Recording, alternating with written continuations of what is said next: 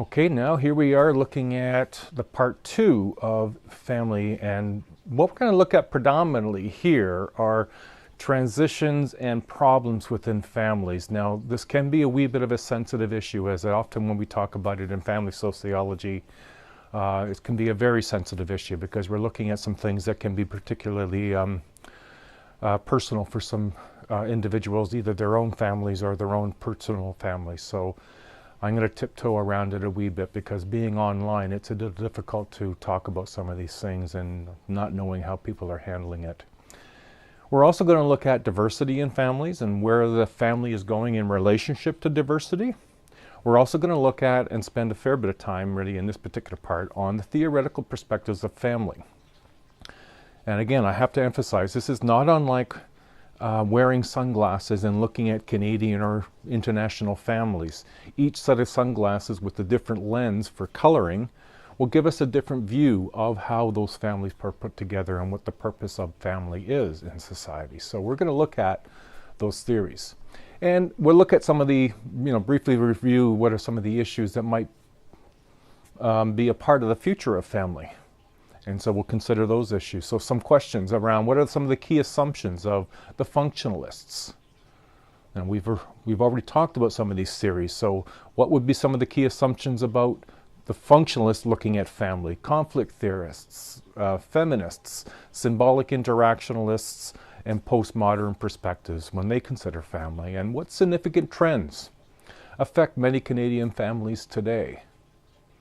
So when we get on with this particular chapter, we'll complete it and we'll be moving on to week 9. So we're moving along pretty quickly.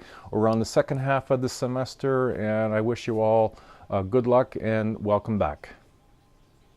Looking at transitions and problems in the family, this can be a wee bit of a difficult situation for some people who may have gone through some of these experiences. So I'm going to go through it, but I'm also going to, you'll notice fewer pictures in some areas because I don't want to trigger anything for some people, and I think it can be pretty important.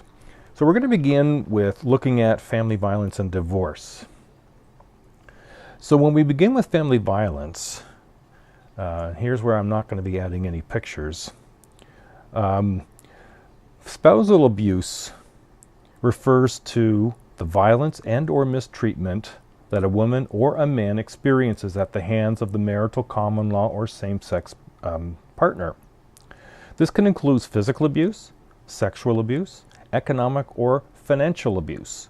Now, within this whole area of family violence can include violence against children, dating violence, same-sex violence, elderly violence, sibling violence, violence from children against parents. It's a very comprehensive and a very big area and issue. So when we think in terms of spousal violence incidents, women are essentially 5 times more likely than men to experience such violence. And many of these women live in households where children witness the violence. And so the education, if you will, of what children experience is important. Intervention.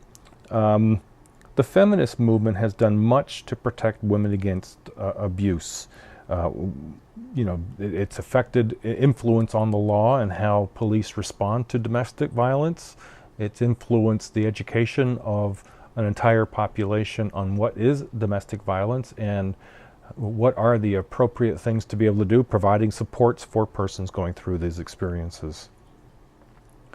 Now, the second area that many families may experience is that of divorce. Now, divorce prior to 1968 was very difficult. The only reason available prior to 68 was adultery. That is, one partner stepping out and having an affair with somebody else. In 1968, the grounds for divorce changed. The marital offenses were a part of what made that possible. Now, marital offenses could include physical or mental cruelty and adultery. Breakdown in the marriage, a couple would live apart for 3 years and then they could get a divorce. And you notice from 68 forward, there's a vast increase in the ability to get a divorce, and people took advantage of that ability to do so. In 1985, the no-fault provision was introduced. And as above, but with the breakdown of marriage, a couple needed to live apart for 1 year and then get a divorce. And this is the current legislation. And you see another bit of a boost in 1985. Now, the effects of this, about 2 million children experienced it in 2001. Most children go to the mother, and for the most children, it's difficult. Not to be with mother, it's difficult going through a divorce. Poverty, most single-parent families are headed by women and are lower income. Strained links with grandparents of the estranged partner. There is some positive, of course, and in some cases the divorce removes the child from an abusive relationship or witness to an abusive relationship. And again, I'm not going through a great deal of this. This is something that is a specialty area of family sociology, and that's where we go into these issues at a greater rate. Now we're going to look at diversity in family. Gay and lesbian, in particular the attitudinal context to understand gay and lesbian families is heterosexism, an attitude in which heterosexuality is considered the only valued form of sexual behavior, and gay men and lesbians and bisexual are inferior to heterosexual people. Over 45,000 couples have identified themselves as same-sex married or common law couples in 2006.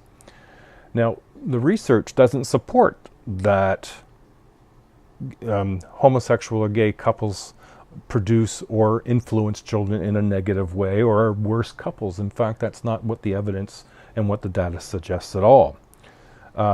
Lesbian families, children from previous relationships or through new reproductive technologies are brought into play.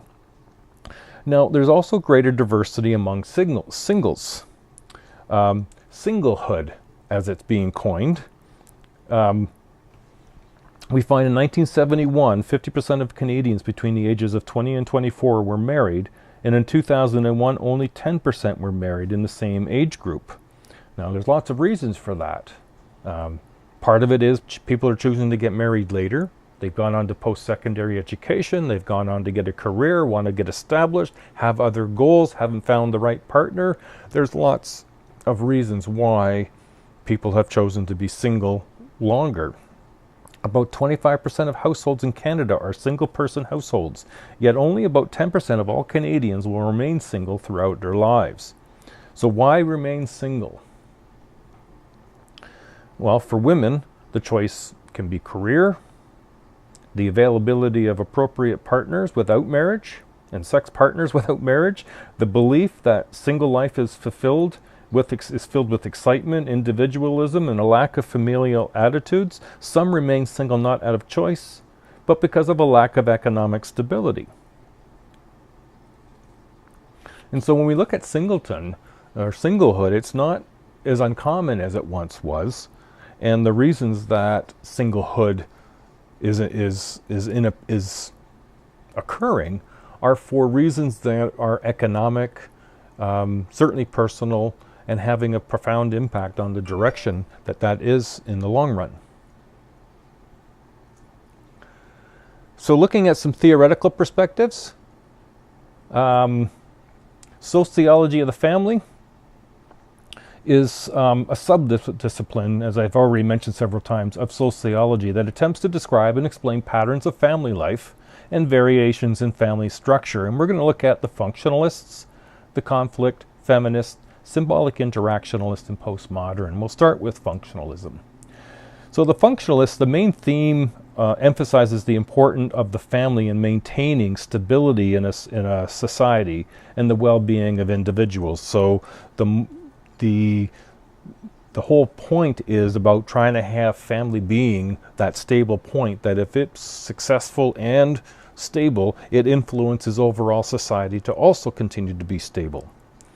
Now, Durkheim, who was an important element of the functionalist movement, marriage he saw as a microcosmic replica of the larger society, and that the division of labor contributed to the greater efficiency in all areas of social life, including marriage and the family. And this is where the notion, from their perspective, around having men do the work outside and provide the income, and women to be involved in the household, was a part of the division of labor.